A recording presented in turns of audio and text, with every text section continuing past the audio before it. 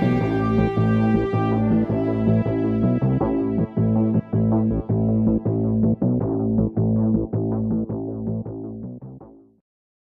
afternoon. It's Friday, the 19th of August, 2016, just after 1 o'clock. Welcome to UK Column News. I'm your host, Brian Gerrish. With me in the studio, Mike Robinson. And we will be joined by live video Skype link by Alex Thompson with Eastern approaches from Holland. Well, the weather is gruesome in Plymouth. Let's not mess around. Summer is gone today. It's overcast. It's been pouring with rain. And the mist this morning was pretty impressive along the A38. But I managed to get into the studio, Mike, even though the signs weren't telling me the weather was bad. On the road, you mean? Yeah. Yeah. So the intelligent motorway signs were not telling me today that driving conditions were poor. And I was a bit uncertain as to whether they were poor or not. But there we go. Well, where should we start? Let's start with some good news, and that is that a special commemorative Brexit coin has been issued by the Cook Islands. And here it is. This was provided to us by Dave Barmby, who has done such excellent work on helping to expose the scam of the Brexit referendum. But here we are, Brexit coin, $1 silver proof, June 23rd, 2016, Cook Islands. And if I can read that screen, I think that's $99, is it? It looks like it. Yeah. So somebody's got a sense of humour, possibly. But Brexit, key topic. And Alex, you wanted to come in straight away here with Northern Ireland launching a legal challenge. Is this real? Well, I think the legal action is real, Brian, but as usual, there seems to be more politics involved than real legal argument. It's a Mr. McCord who is bringing the action at Belfast High Court. Quite how Belfast High Court is involved in a decision of Her Majesty's government, I'm not sure. OK, there's parity between the Northern Irish jurisdiction and the jurisdiction of England and Wales. But you'd expect that, if you're bringing actions against the UK government, you would need to bring it in the UK government's, shall we say, domiciled jurisdiction of England and Wales. We know about Belfast High Court, of course, from Anthony Carlin, whom you've covered. It's a High Court whose rulings are not necessarily respected in England and Wales, and much less so in Scotland, but which can be, and they are recommended that they should be if there's not a good reason for it. But it's interesting that, as with this legal firm Mishcon de Rea, which was hired by business interests, i.e. filthy rich people who don't want their identities blown, to argue that Brexit was unlawful and so on. The same seems to be going on here. So the idea is that in this argument, because the 1998 Good Friday Agreement, a bilateral treaty between us and the Irish government, mentions the presence of the EU, therefore it would be unlawful to leave the EU because of the Good Friday Agreement. So again, a mix-up between treaty law, government obligations, and really the sovereignty of the people. So, Alex, the question in my mind was, do you think they're going to use this as an excuse to stir things up again in Northern Ireland? Because I was over there a couple of weeks ago, and it's pretty clear that things are as divided, if not more so than ever. More flags flying in various communities of various types than I've seen for quite a long time, and comments coming out of Sinn Féin, or at least one Sinn Féin member today or yesterday, that he would like to see a resurgence of the IRA. So is this being used to just stir up tension in the country, do you think? Yes, I think it is, Mike. You talked yesterday about how the invented rise in racial tensions and racial incidents across the UK, particularly London and English cities, was being invoked by the very NGOs who were funded by government to find problems, a murderer behind every tree, as it were. And the same is true of Northern Ireland. Sinn Féin, but also the Irish government, which is very heavily implicated in what's happened to the Dohertys, has a strong interest in a united Ireland by supposedly peaceful means, and any kind of stirring will achieve this. I think there's been a real change in mood music in Northern Ireland in the last few years. As with Scotland, the London media has deliberately stopped reporting so that we think of these places as foreign countries and don't keep track of the good guys and the bad guys in the politics. But you can see that in the last 5 years, Protestant Northern Ireland, Unionist Northern Ireland, seems to have gone to sleep and has been induced to think of anything patriotic as just caveman Neanderthal stuff. So there's real dangers to the union. And Theresa May, of course, has jumped on that by asking the Northern Irish people basically to decide on their own behalf whether the EU external border should be in the North Minch between Northern Ireland and Scotland. So things are not looking good on that front. Indeed. Well, what about Erasmus then?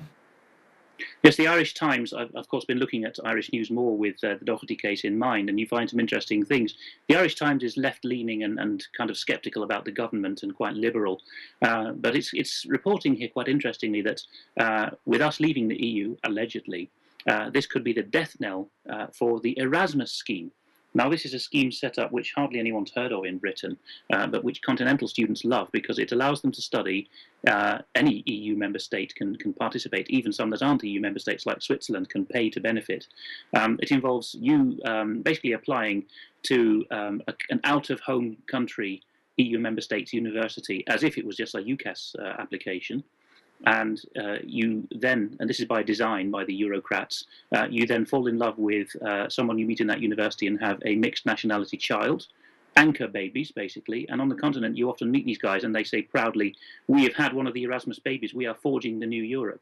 And there are people, there are popular YouTubers like Jade Joddle, who has gone into detail on this.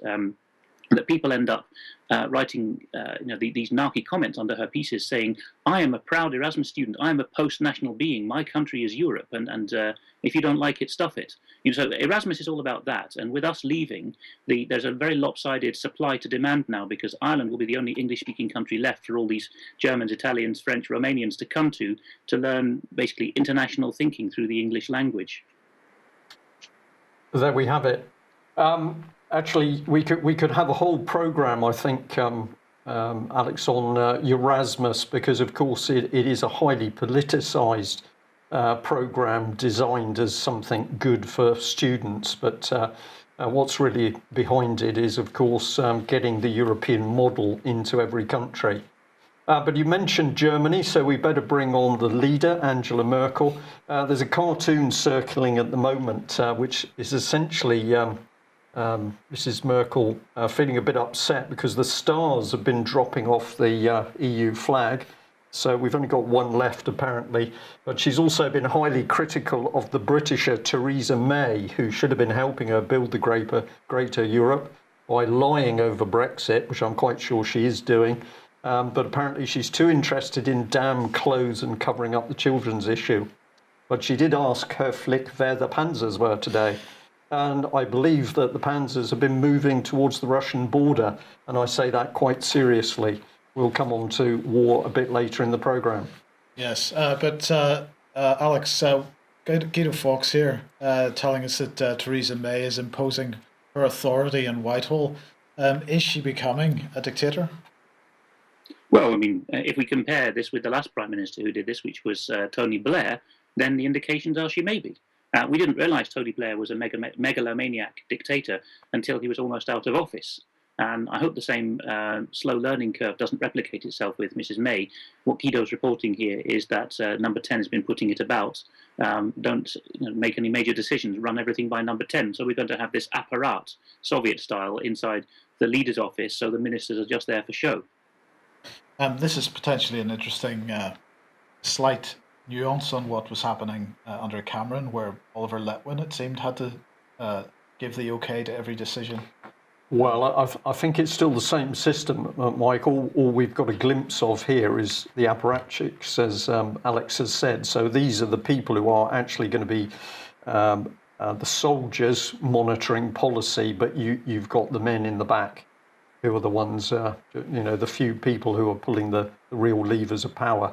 Yeah. I think I'm also correct in saying that it's been pointed out the last couple of days that Angela Merkel has appointed a lady originally from the East German political system in order to be her policy protector. I don't know whether you've picked up on that one, Alex. Sorry to digress slightly. That hasn't reached me yet, Brian, but it wouldn't surprise me because what you often find if you do Kremlinology in the looser sense, the study of Eastern European type regimes, is that a clique establishes itself of people who either went to school together or came from the same region and did dirty politics. The US has it now as well with the Chicago people, the Chicago crowd, Rahm Emanuel and Saul Alinsky's crowd placing their people like Obama in power. And we tend to think of it as a curse of small Eastern European nations. But here we have a clique of East Germans who did very well for themselves in the DDR. President, as I mentioned a couple of weeks ago, who's now being shouted at by ordinary East Germans or people from Eastern Germany. But he's from East Germany. So is Merkel. Rather a lot of links to the Lutheran Church, which is rather worrying. But I have it on good authority from serious Germans, like judges in Germany, that there's nobody like the Lutheran Church in Germany to persecute anyone moral and upright. And so it wouldn't surprise me at all if we had a group of ex-DDR, I wouldn't say ex-Stasi, but DDR mindset people all around the leader. Right. Okay, well, getting back to Theresa May then, she has published her vision for Yorkshire in the Yorkshire Post. This is written by her. And she says, for too long, the United Kingdom has been much too dependent on growth in London. The government I lead will instead build a country that works for every one of us in every part of the UK, not just the privileged few. She lied. Firstly, we will make massive improvements in transport. So she's saying we're going to invest in infrastructure, which might seem pretty good. And then she says, though, that to help us realise the benefits, the government will now develop a proper industrial strategy. I'll believe that when I see it. And she went on to say this, but crucially, we will underline all this by devolving real power to the people in Yorkshire. We've started with a major devolution deal for Sheffield City region, and their new mayor will be elected next May, giving people a powerful new voice. Now, again, we're going to keep bashing this, the changing relationship between the individual and the state. So I want to remind everybody about the Global Parliament of Mayors, because this move to put so-called elected mayors, and I say that they are so-called elected mayors in position heading up these city-states as they're effectively becoming. This is building a global governance infrastructure, the likes of which we haven't seen before. Now, the inaugural meeting of the Global Parliament of Mayors is in about 3 weeks' time. So read that article. But then we've got some good news, because today is World Humanitarian Day, and the Secretary General of the United Nations saying a record 130 million people are dependent on humanitarian assistance to survive. Grouped together, these people in need would comprise the 10th most populous nation on Earth. These figures are truly staggering, yet they tell only a fraction of the story. And so other people saying that this is a day to celebrate aid workers and their incredible work around the globe. Now, of course, there are many people working on humanitarian projects who are doing fantastic work, and they should be celebrated. But our concern is the work that's done under the guise of humanitarianism, and particularly some of the big Soros-backed NGOs. And so, again, we're going to continue with this. We've got a big article coming up in the next week or so on this. And in order to understand, really, we've got to get some background in this. So I want to highlight the One World Governance series on the UK column. We've been writing these articles for quite some time. And I just suggest that people have a look at those if they want to understand what this agenda is that's being played out at the moment. Alex, what are your thoughts on the whole devolution city-state business? Well, I think it's one of those areas, Mike, where we need to look to the Netherlands as perhaps a test bed that's slightly further ahead. The Dutch are already used to the mayors controlling the police and the firemen and ultimately the courts through the Napoleonic model of the mayor doing just that. He can actually countermand the local police chief, who's basically his subordinate. And in Greater Rotterdam, we have a mayor now, Abu Talib, and much is made of the fact that even before Sadiq Khan, he was the first Muslim mayor of a major Western city, and some people went off on a tangent and said he must be an Islamist. More to the point is that he is Bilderberg, and Sadiq Khan is Common Purpose. So it's very convenient, of course, to choose these divisive figures. Boris Johnson is another non-Muslim example, because people will shout and scream about the fact that he's on their side or the other side of the culture wars, and be blind to the fact that these guys have actually been trained up. for positions of leadership. I think we're going to have difficulty implementing this. It's a French idea, and there are parts of the UK, particularly of England, that just will not lend themselves to this devolution model. Okay, the easy pickings, the low-hanging fruit is Greater London, Cornwall, and so on. But as I was discussing with my parents on a recent visit back to Britain, there's never going to be a northern city in England which on its own will counterbalance London. So we've got this, the centre of gravity's out. If you try to do an asymmetric federalisation of the country, you're going to end up with London and Scotland and Cornwall being, regarded with this discomfort by other parts of the country. You've got to still have the mass of Middle England. It's not easy to parcel up because people will not accept having a regional mayor. So it's destined for disaster. But you can see what the plan is. But of course, perhaps that's the intention. Oh, quite possibly, because there are articles coming out now in US East Coast liberal magazines like Esquire, just blatantly saying the Brits are stupid, old, white, fat people voting against the modern, groovy, progressive world. Now, this is the view of certain people in the US and global elite, even in our own country, perhaps more in our own country than abroad, who think that way about us. And these people reside in the shires of Middle England, and so if they're left in a left-behind, unprivileged mass of Middle England that isn't in any groovy city region, perhaps that's going to be the elite's way of smarming at us. Alex, if I may just add a bit to that, of course, we've mentioned, or Mike's mentioned Sheffield, home of Bob Kerslake, ultimately the man in charge of the civil service. And of course, going back a few years, a massive fraud and corruption in that city. Olaf was brought in to look at some of the corruption with European funding streams. Mr. Kinnock was in post at that time, and what happened, the most spectacular cover-up. But these big cities now are intimately controlled by common purpose networks. I had a fascinating conversation with a gentleman yesterday who was very, very knowledgeable on how common purpose has taken control of city offices. It's taken control of the city charities and NGOs. And these networks are being used to install the policy. So the basic voter has been totally pushed to one side. And the other thing this person said to me is that they had personally witnessed the effect of common purpose training on a room full of individuals where the comment was the NLP was very, very subtle, but very effective to the extent that by the end of the reframing session, the people in that room were like, quote, robots. So we are seeing this very dangerous NLP agenda being used to reframe individuals who will then just follow the common purpose implementation of policy. And I'm just going to suggest that if people are going to be able to fight this policy properly, then they have got to understand where these common purpose networks are. Okay, let's move on. Public finances. And David Gauke here, the Chief Secretary to the Treasury, well, he was pretty proud, at least in his tweets, he was implying that he was proud of the latest government borrowing figures, and particularly the amount of income in the month of July. So £1 billion surplus in July, and that's going to lead to what they're expecting to be a £11 billion deficit on the year.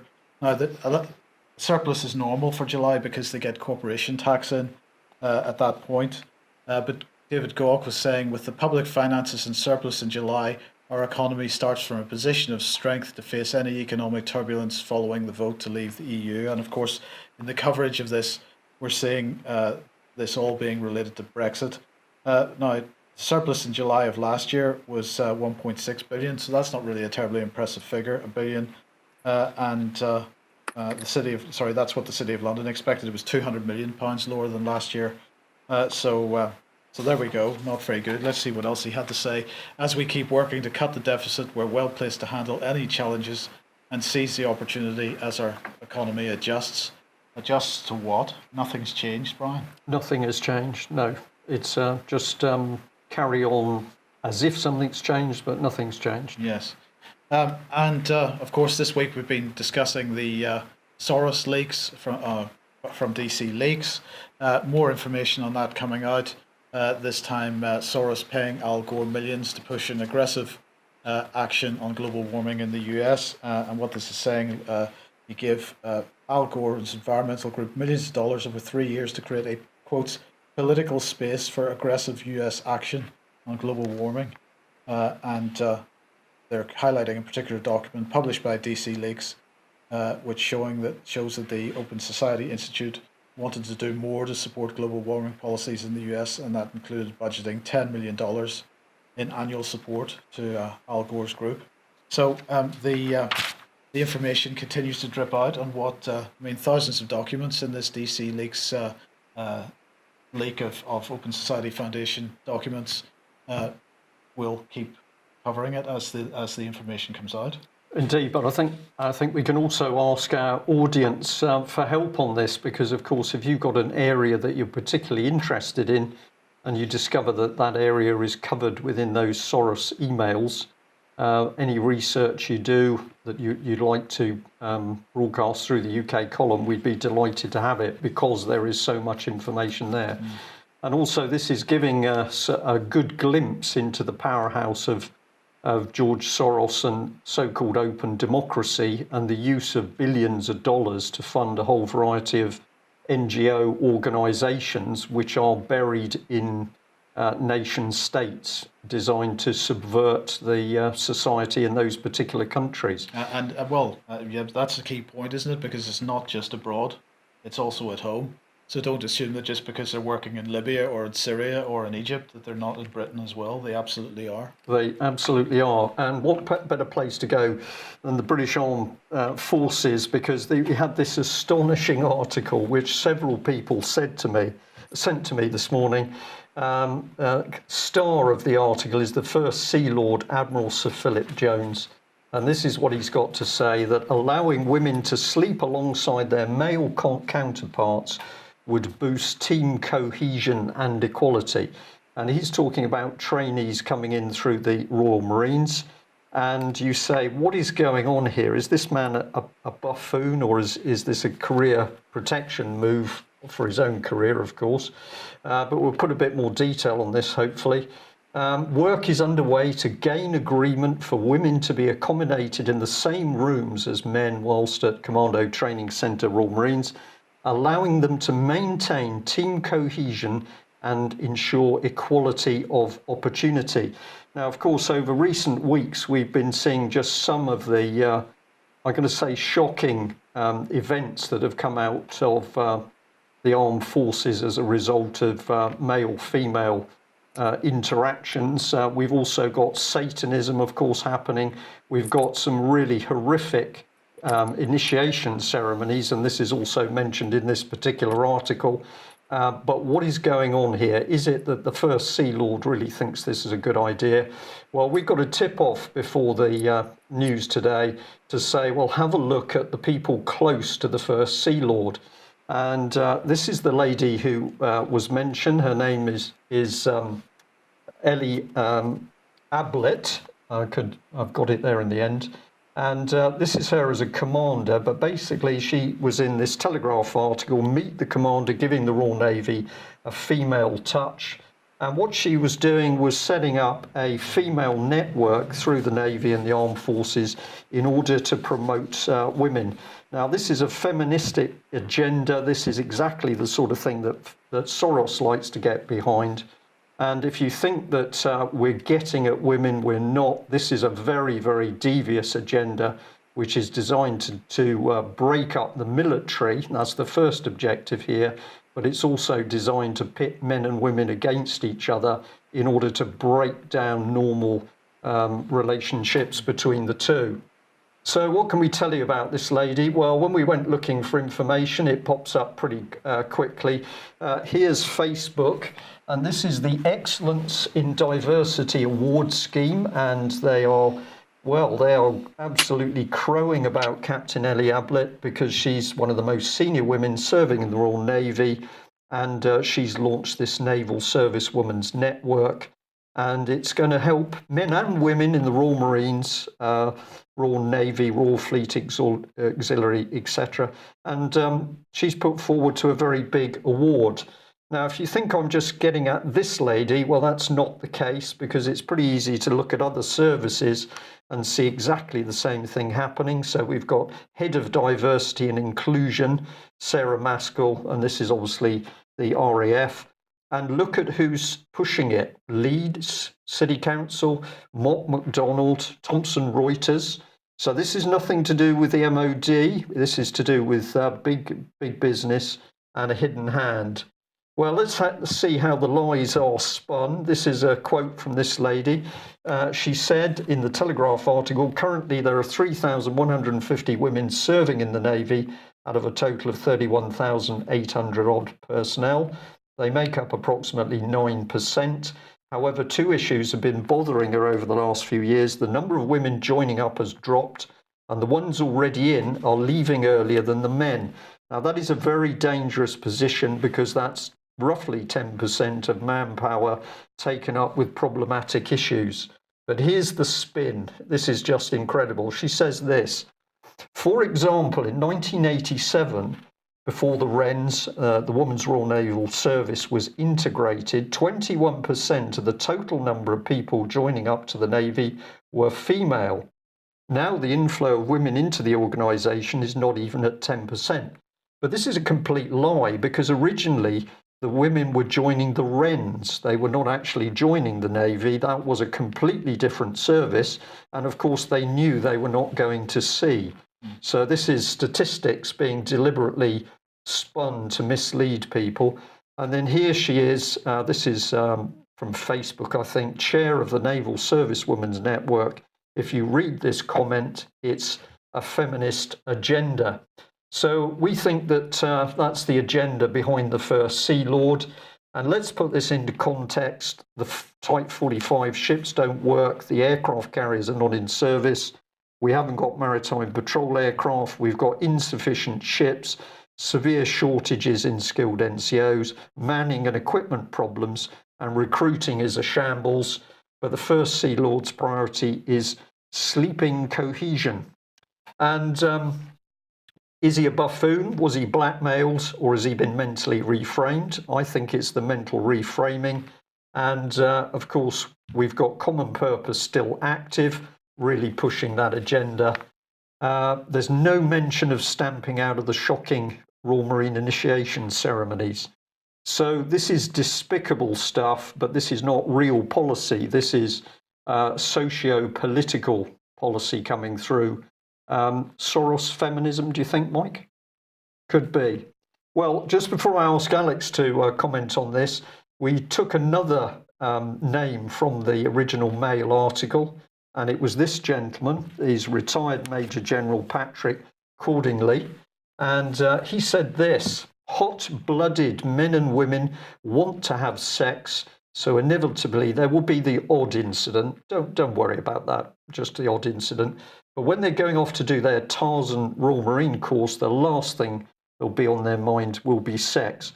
Well, that wasn't my experience in the services, because we'll be fair to the women. What were the men thinking about? 99.9% of the time, it was sex. So we've got an elderly retired officer. Doesn't appear to be of an age to have shared sex in a military position, as it were.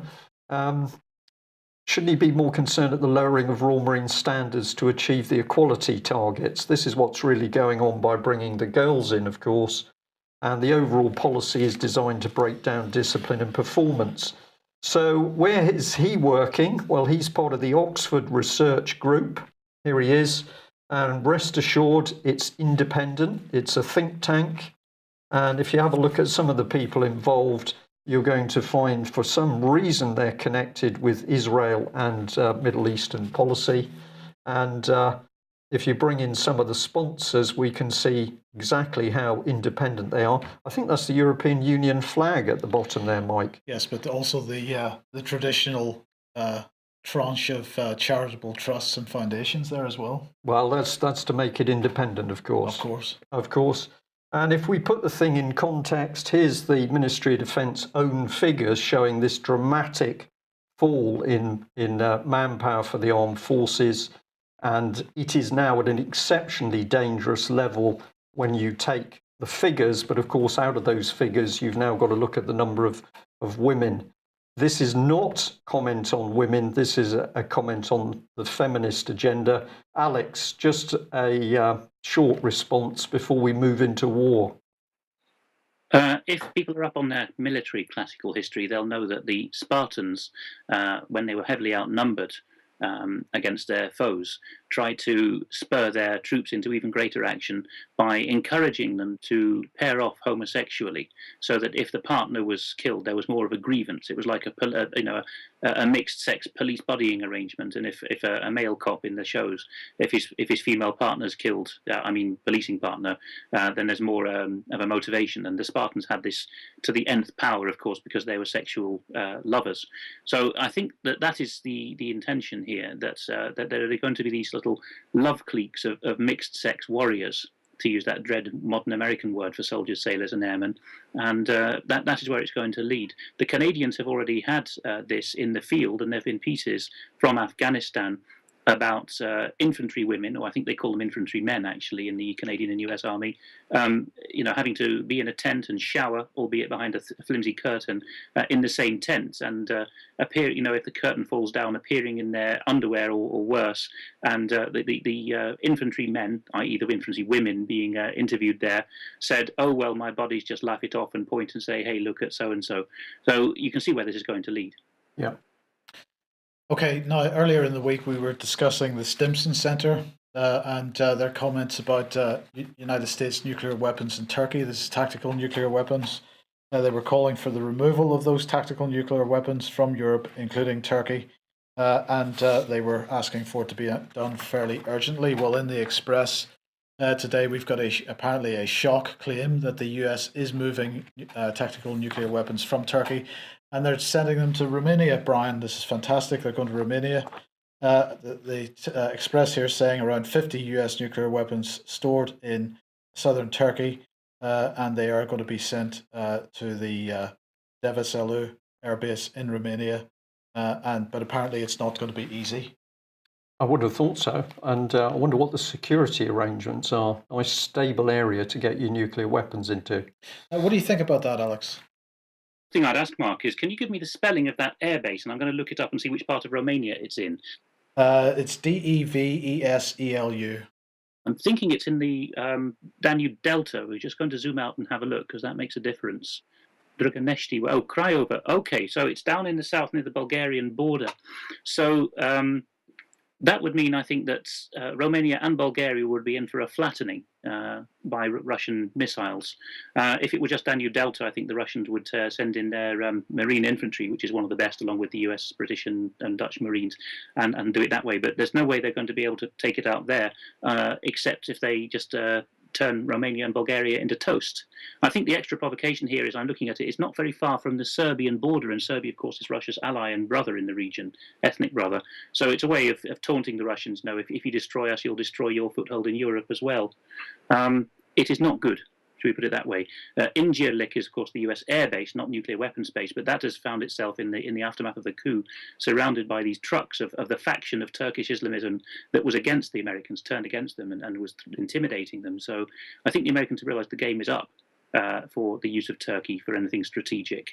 But as with the Russians basing their air force and air defenses now, and their long-range bombers, even the backfires in Syria and Iran, the issue is, that the further you are from any cover and from allies, that the more dangerous it is to operate. So I think the US has realized that Turkey is too far out of range now, because the entire Middle East has realized what the US is up to, and even the secularists and non-Muslims in the region are realizing that it's not good news to have the Americans near. So the American world is shrinking, basically. I'm talking about the military and intelligence complex now. They can't rely on the Middle East anymore.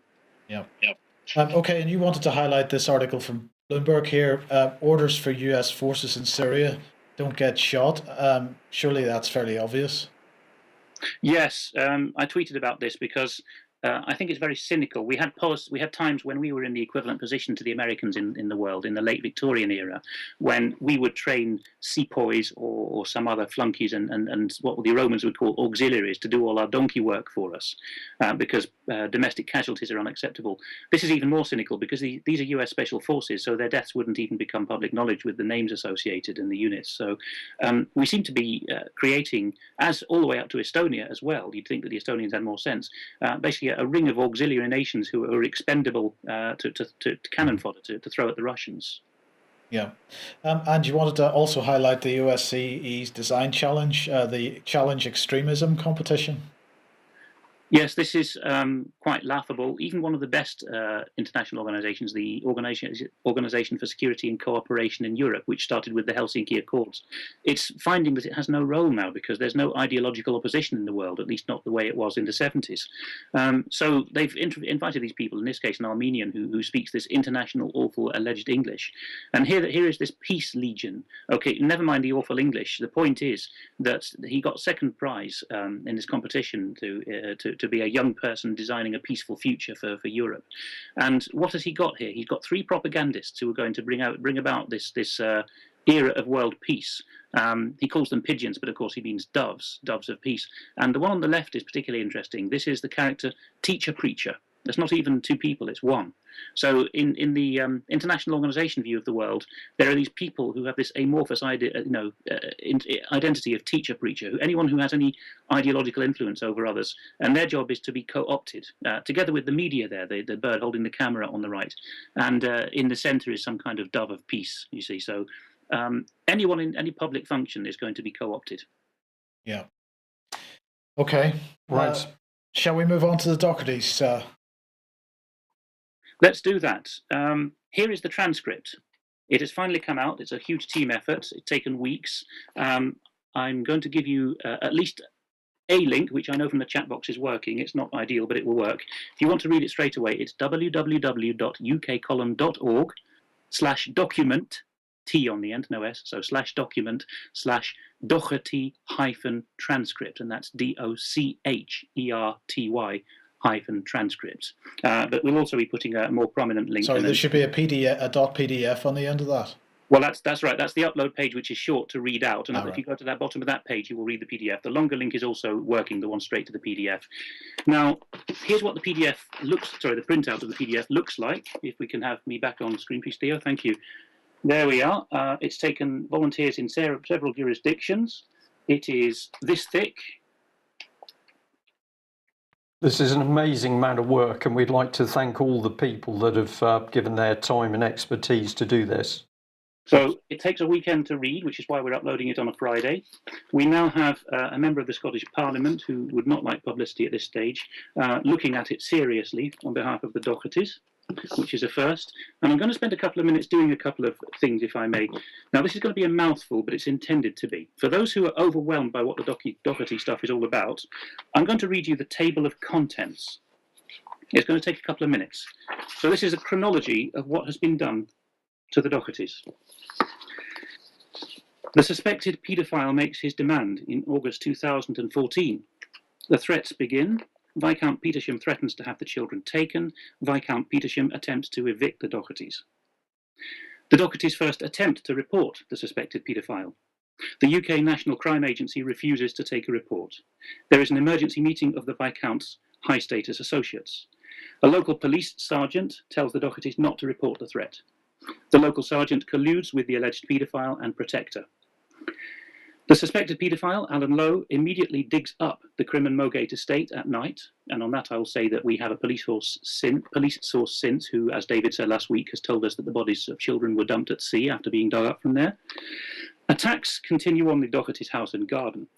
The Aberdeenshire authorities take an interest in the Dohertys' children. Police Scotland instruct Aberdeenshire Social Services to investigate the Dohertys. Social work managers lie about not having received the Dohertys' paperwork. Social Services demand to assess the Dohertys.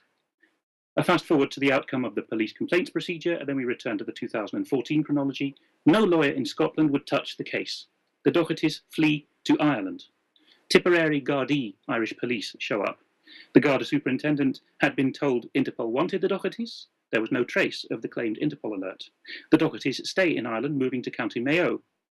A dossier of senior corruption allegations is handed to the subject of the allegations. Cross-border surveillance, November 2014. The Dohertys are bullied by the Garda Armed Response Unit, January 2015. No court documents. Constitution is said not to apply to the Dohertys by the police who come. There is no lawyer offered and no legal rights.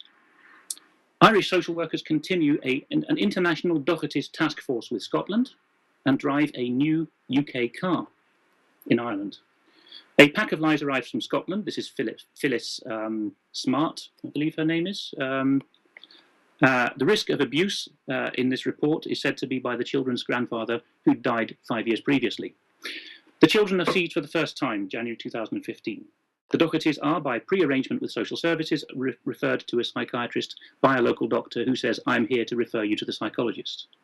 If you report paedophilia in Ireland, you must be mentally ill.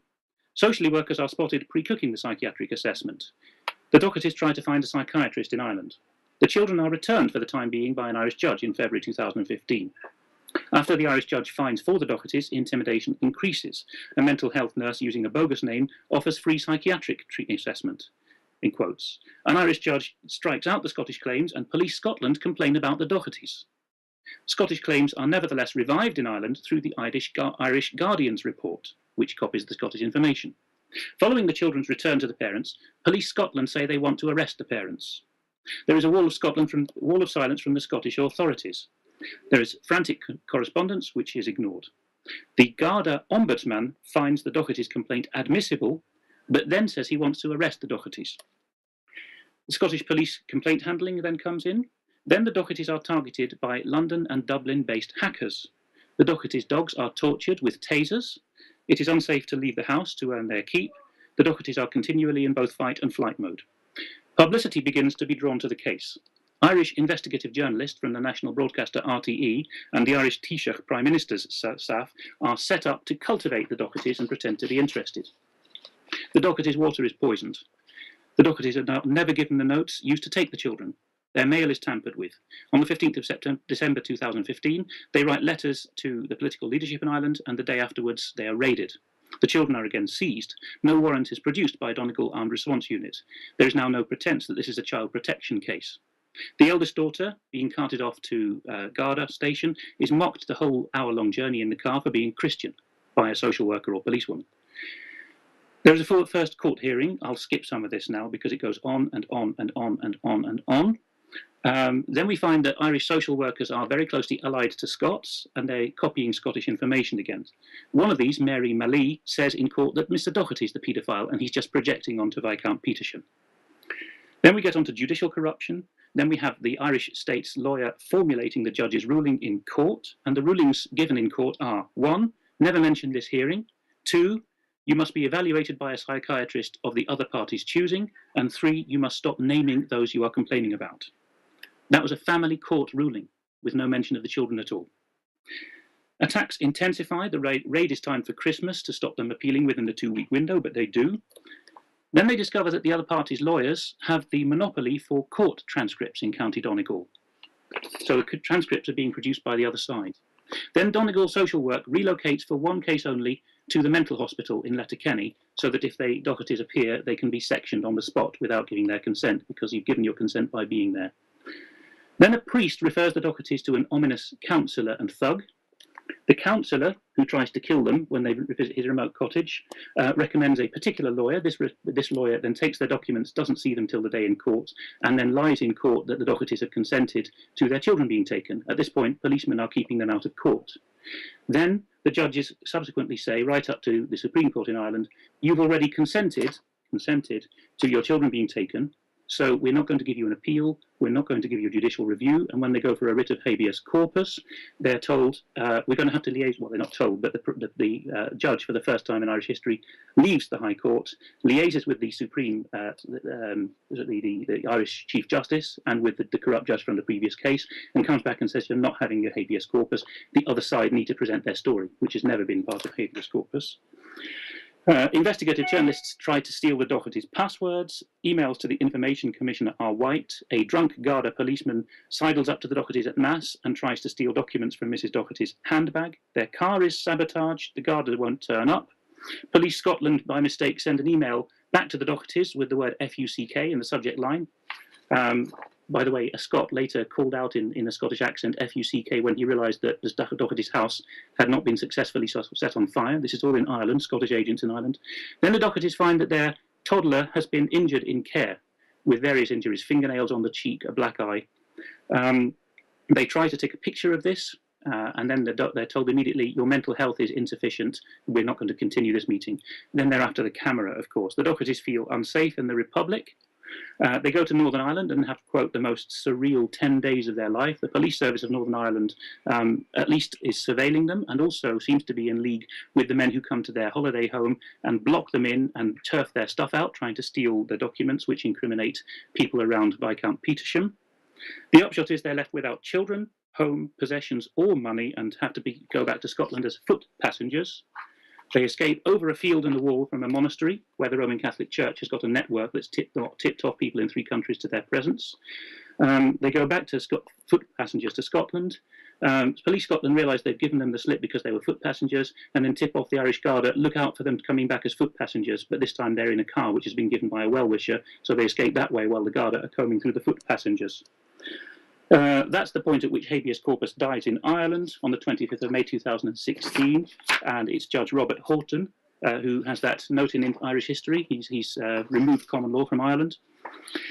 The Dohertys then review their experiences and request specific help from the public, and I'm going to go through that help, which is much shorter in a moment, but I've been speaking a few minutes, so I'll hand over to Brian and Mike for a moment.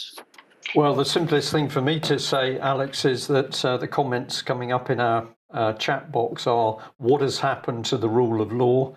And of course, what we are now seeing is the irrefutable evidence that the rule of law, certainly in UK, so we're going to say England and Scotland, but it also appears now Southern Ireland has completely broken down. There is no law. And short of having your children taken, what might the law do? Resort to torture or murder? These are very, very dark, sinister times, but the evidence coming to the surface.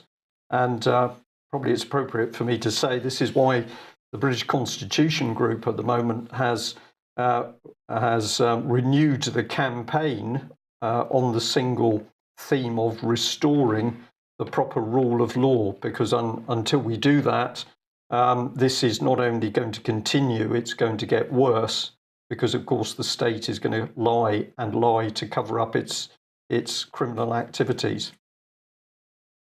And for those outside Scotland and Ireland, I should say Scottish and Irish society is clannish. It's not for nothing that the word clannish comes from Gaelic. And Scotland and Ireland astonished the world for their good points, for their beauty, both of landscape and of people, and their long history of struggling for sovereignty and the rule of law.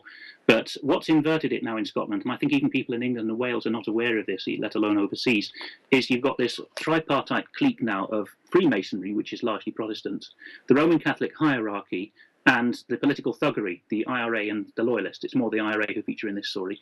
And these people in public roles, independent commissioners, police reviewers, social service chiefs, often they're married to each other, or they're having affairs with each other, we found in this case. And we often find that they are lying about their nationality or something. So with that in mind, this is what the Dohertys are asking for help on right now. So if you're watching in Ireland or Scotland particularly, we would love to hear from you at dohertyinvestigation@ukcolumn.org. No dot there. DOCHERTYI investigation@ukcolumn.org. Here are their 10 questions. 1. Is Bridgeen Smith, the manager of social services in Letterkenny in Donegal, in fact the wife of regional director John Smith? Because we think they are. 2. Who in the Irish government is trying to tell the Dohertys to place all the blame on the social worker in Mayo, Mary Malee, in order to deflect from the Dublin government? 3. What is the relationship between Sergeant John Forkin and Maria Houston, who uses various name spellings, who is the unqualified woman whom the Dohertys believe have been looking after their son without qualifications and hitting him? 4. What is the background and motivation of the Donegal lawyer Lisa Finnegan? 5. What is the current professional practice status and location of psychiatrist Kieran Smith, who tried to do a stitch-up on the Dohertys? 6. What is the current official location and the current actual practice location of the social worker Gabrielle McDade? It appears she lives in Londonderry, is registered in Londonderry, and works across the international border in Donegal, where she became runner-up for Irish Social Worker of the Year without apparently being registered with an Irish Republic practice address. And allied to that was Gabrielle McDade, registered to practice social work in the Republic of Ireland before June 2016, at the time when she was dealing with the Dohertys. 7. What is Judge Paul Kelly's background with the Roman Catholic Church? 8. Since the court-appointed guardian Patricia Maloney does not drive, and we think she's actually South African by origin, but she's been in Ireland and Britain and doesn't drive, who was it who got the police in Northern Ireland and Scotland to give them an escort, as we think they had, to take the children, against their will actually, to their maternal grandmother's funeral in January 2016 in Perthshire, in Blairgowrie, we believe? This was Grandmother McLaren. Who gave them a police escort? Who authorised it? 9. Who bought Lawton House in County Offaly for James Riley, who was the previous children's minister in Ireland, because he's known to be a bad debtor for nearly €2 million? And which entities and persons previously purchased for Riley a care home, which he then had to sell? We believe that Riley is penniless and being manipulated by Irish, British or other interests. Who bought his houses? And 10, this is most important, can the public notify us of any people connected with anyone you can read about in this transcript who are known or reasonably suspected to be police informants or military and intelligence informants, to have an allegiance to Freemasonry, to any criminal group or political gangsters, or to the Roman Catholic Church, especially if that allegiance is much stronger than they publicly intimate, because people have sidled up to the Dohertys and pretended to be nominal Catholics or ex-Freemasons, and you find out that they're very much ardent Catholics and current Freemasons. And finally, on point 10, can the public tell us about anyone connected with any of these people who is living a lie about their denominational affiliation, their sources of wealth, the amount of their wealth, their political loyalty, or their sexuality, or their nationality? Alex, just pausing for a couple of seconds there, because of course what you've just read out is incredible, because as a synopsis it's excellent what this family has been through, not as a result of harming or neglecting their children, but simply saying somebody approached in order to buy their son. And of course, we're seeing the total breakdown of law and order and policing in order to, which is permitting the cover-up of what is criminal activity, criminal common purpose. In fact, I'm using common purpose in a lawful sense there. So this is very, very serious stuff.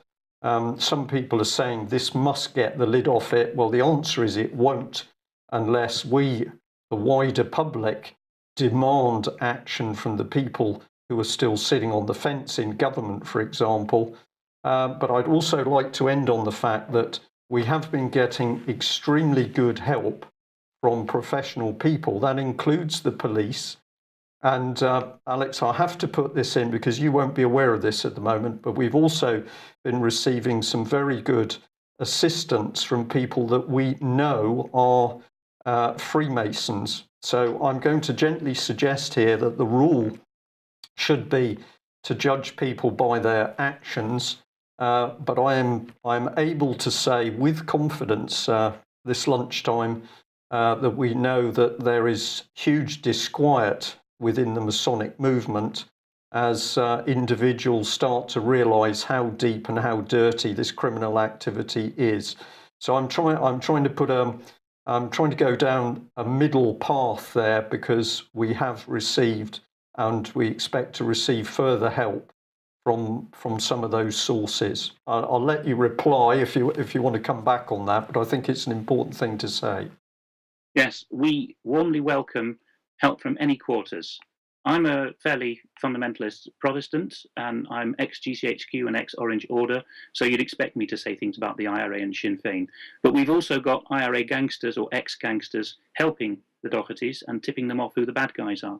The Dohertys are committed Catholics, and they hate the dioceses for what they've done in Ireland and Scotland, and especially the hangers-on around the bishops. But they continue to be helped by Christians of all denominations and none. So get in touch. You might think you're betraying your institution, but ask yourself, if you're so loyal to the Freemasonry or Roman Catholicism or whatever it is, that you're not going to help in this situation, then what kind of conscience have you got, and what kind of institution are you in? And remember that you're going to be judged in eternity for what you did as an individual, not as a member of a fraternity. And I'm going to close with the 6 names which didn't make the transcript, but which the Dohertys have asked us very specifically to go on more detail about. So if you're listening in Ireland and Scotland, more on these people, please. In Ireland, Enda Sherlock, Carmel McGilloway, John and Yvonne Hartnett, and John and Neil Doherty, D-O-H, Doherty, not related. And in Scotland, Robert Cassidy and Neil and Karen Mackay in Edinburgh.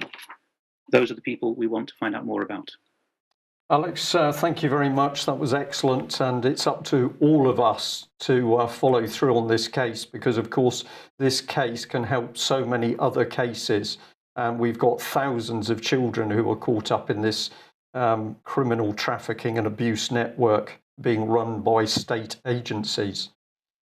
Child protection and information sharing, we're just watching the clock a bit here, Alex, but would you like to just have a look at or comment on this one? EMIS Health. Your suggestion was that this was a named person scheme coming to the rest of the UK?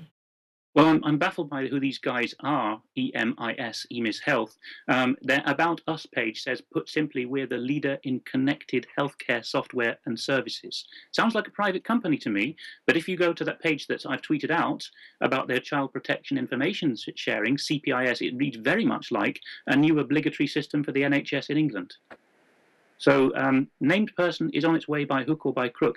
People often forget this in England. They think that named person is a silly plan by the silly Scots. It was planned by people outside Scotland who moved to Scotland long term to bring it about in Scotland as a test bed as soon as Scotland got its own administration. And that is exactly what's being foisted on England now. Don't assume if you read about these plans for NHS or other named persons in England that it's an English plan. It is a global plan and a globalist plan.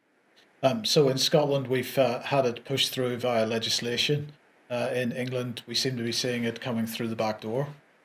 Oh, yes, because the English have been tipped off and they're far more resistant to these things generally than the Scots anyway.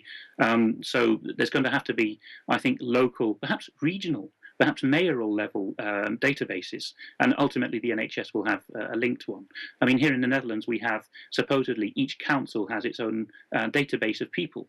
But of course, it's just a fiction. They call it the council database, but it's linked across the country. People just feel a bit better about telling the council all their details, whereas in fact, anyone in the government anywhere in the country can read it.